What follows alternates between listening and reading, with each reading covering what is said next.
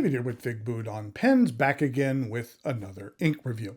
Today, I have a new limited edition ink from Papier Plume that is a real monster of an offering. It is called the Honey Island Swamp Monster. Papier Plume has done a very good job of coming up with uniquely themed limited edition inks, and this one certainly falls under that category.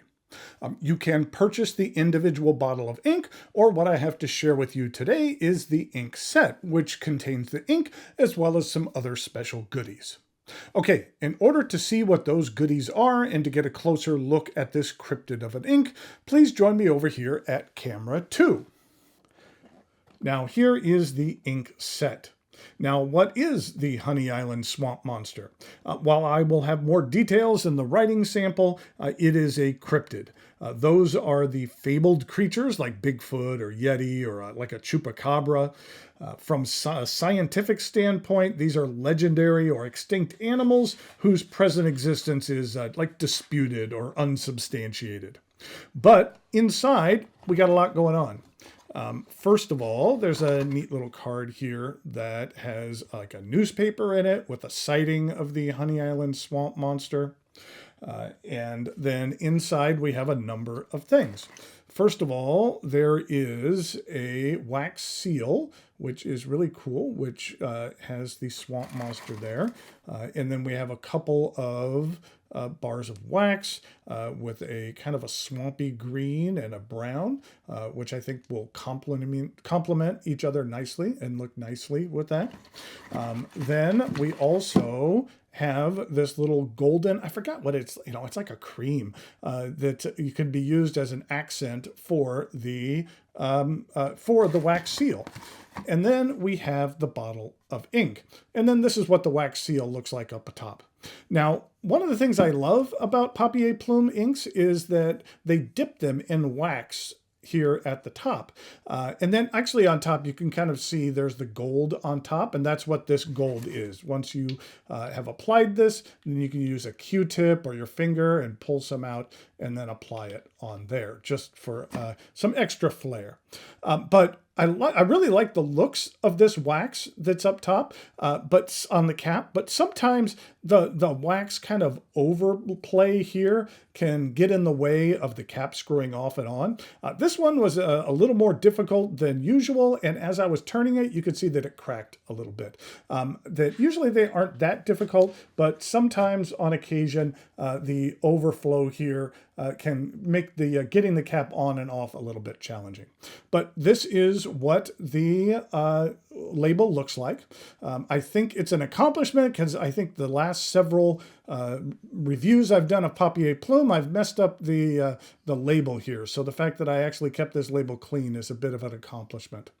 But this is what the bottle looks like.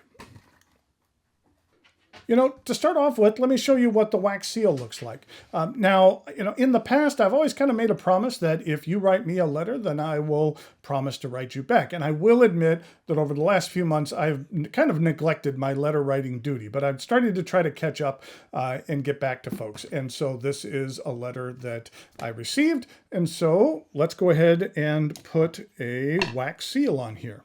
And the way I usually do this is I literally just use a lighter.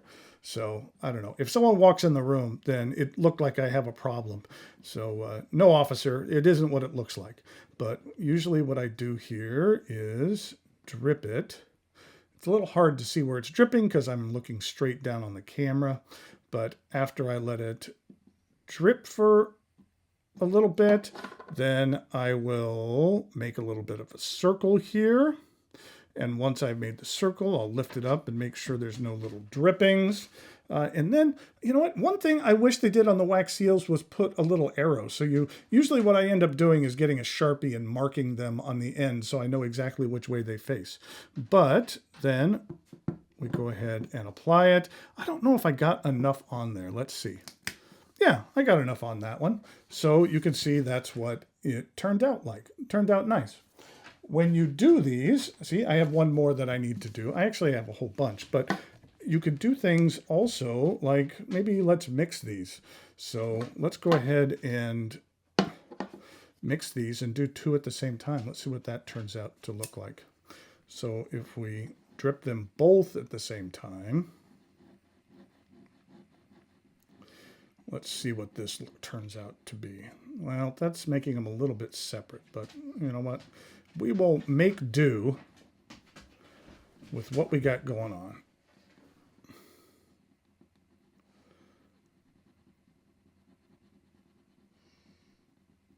Okay, so there we had some green and some brown, and then we'll do is kind of mix them together like this, and you can see that's kind of a nice green and brown mixture.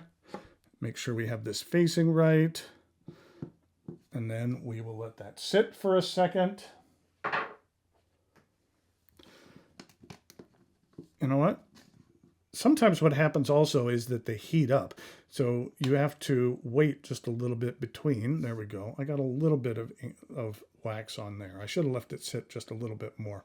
But if you use it too many times in a row, then this can heat up, and then it's a little bit harder to take off. But there you see we have a nice kind of a brown and green combination, which looks really nice. But that's enough with the wax seal. Let's actually take a look at the ink. Here is what the ink looks like. It's a nice kind of darker olive green. This is what it looks like without the writing, just a larger sample. It looks somewhat similar to Monarca's Nopal. It's not quite as light as Mont Blanc's Irish Green, but then we have something like Monteverde's Olivine, or then there is Pelican's Olivine. You can see how their olivine is significantly different from one another. Here's Papier Plume's Irish Channel Green, and then even something like Diamine Mistletoe, which is more in the same family as the Honey Island Swamp Monster, but just a little bit lighter. This is what the ink looks like on some 52-gram Tomoe River paper. This is with a Q-tip, and this is with a smear, and then this is some drops. You can see here that there isn't much in the way of sheening. There is a bit of shading if you really apply it heavily. These drops here were really heavy, heavier than I normally do. You can see there's a lot of bleed through on here, mainly because it's a thinner paper and a real heavy application that I'm using on this. This is what the ink looks like on some 80-gram Rhodia paper. The top here is written with a 3.8 millimeter Pilot Parallel, which is really nice for calligraphy or just making some interesting flair with your writing. So basically it's just a large wedge there. That I would say the ghosting is rather medium. You can see here there's just a little bit of ghosting, but that's just because it's a darker ink. I'd say the bleed is low and the shade is medium, and the sheen is low on here as well. So in regard to the pens, one for a fine nib, I thought it would be interesting to pull out the very first pen I ever purchased, which is this Lamy All-Star, and it has a fine nib.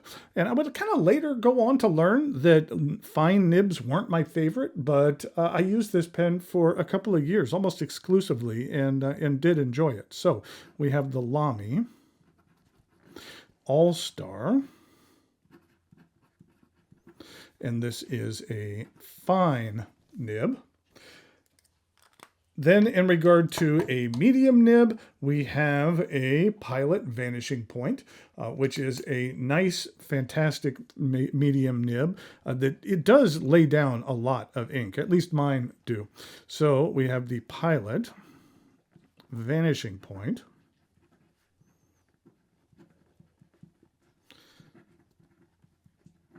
And this is a medium nib. And then finally, we have a pen that has a nib that I really enjoy, that I've really enjoyed lately, that I recently reviewed, which is the pen from Galen Leather and Kilk, which is the Celestial Tortoise. Well, first of all, I just really love material. Let's get it to focus here. I really love the material here. But then this has something that is called a dentist's nib. Again, get it to focus here. It has a dentist nib, which is similar to an architect nib. So we have the Kilk plus Galen, and this is the Celestial. And with this dentist nib, you're going to get a wider line going side to side and a thinner line up and down. Okay, in regard to the writing sample, let's learn a little bit more about the Honey Island Swamp Monster. So,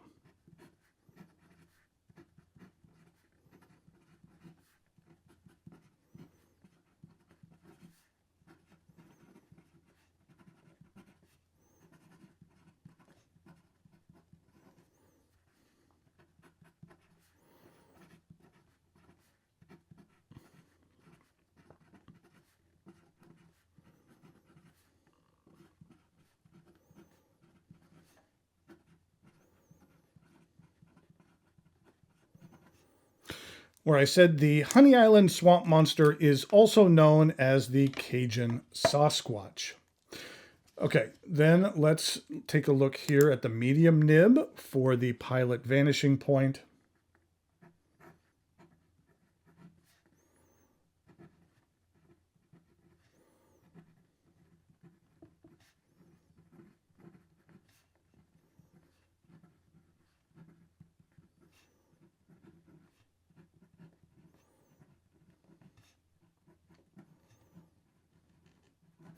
I actually had a drop mishap when I was doing this, and I was debating whether or not to start all over again because it was right at the end of me doing this, and I said, nope, I'll dab it a bit and then just live with it. So that's why we have a spot there.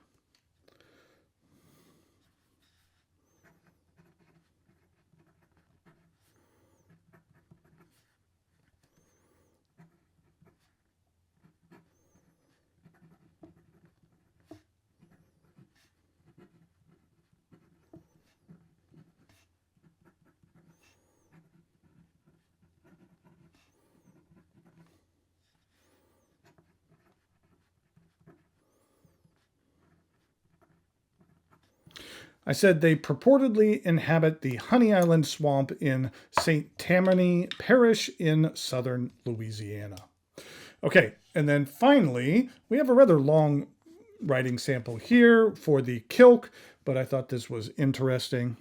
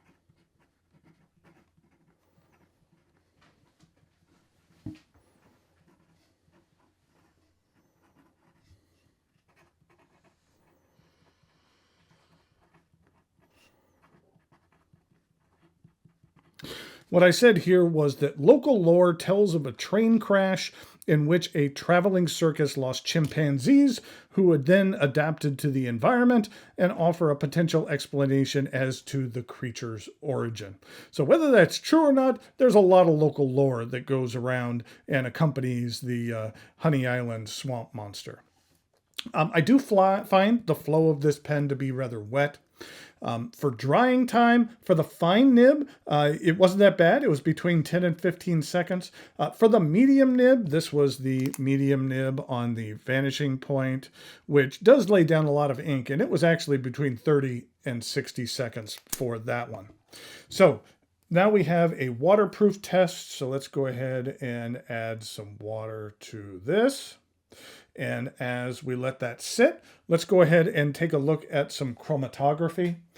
I always enjoy playing around with this chromatography just because you never quite know what it's going to look like and what colors are going to get extrapolated out of the ink. And sometimes it's something that I didn't necessarily expect. So you can see here what it takes to make this swampy green is kind of a nice grayish green as well as some lighter green. And then this is what the final chromatography ended up looking like. Kind of a very light grayish green, and then kind of some nicer, more bold green with just a little bit of kind of purplish black here near the top. So I just felt that that was interesting. And in regard to waterproof, you could see it already kind of dissipating a little bit. I will say that that while a little bit of green came up, while it doesn't purport to be waterproof, that I feel that that lasted pretty well, or that handled it pretty well, especially the dots, that it would handle a bit of water before having some ill effect. Okay, I said Papier Plume's Honey Island Swamp Monster is a deep swampy green with good flow and an interesting theme. If you just want the bottle of ink on its own, it is $10. It is a limited edition ink, so if it's something you're interested in, I would recommend getting it sooner rather than later because they have a tendency to sell out of their limited edition inks. If you want the complete set that has the wax seal and the wax and the other things, then that set is $45. And for a really nice wax seal, the one that is the Swamp Monster is one that I'll probably use. Personally, I'll use. I like that one a lot. So it's something that's well worthwhile. Okay, until next time, thanks for watching, and I'll talk to you later.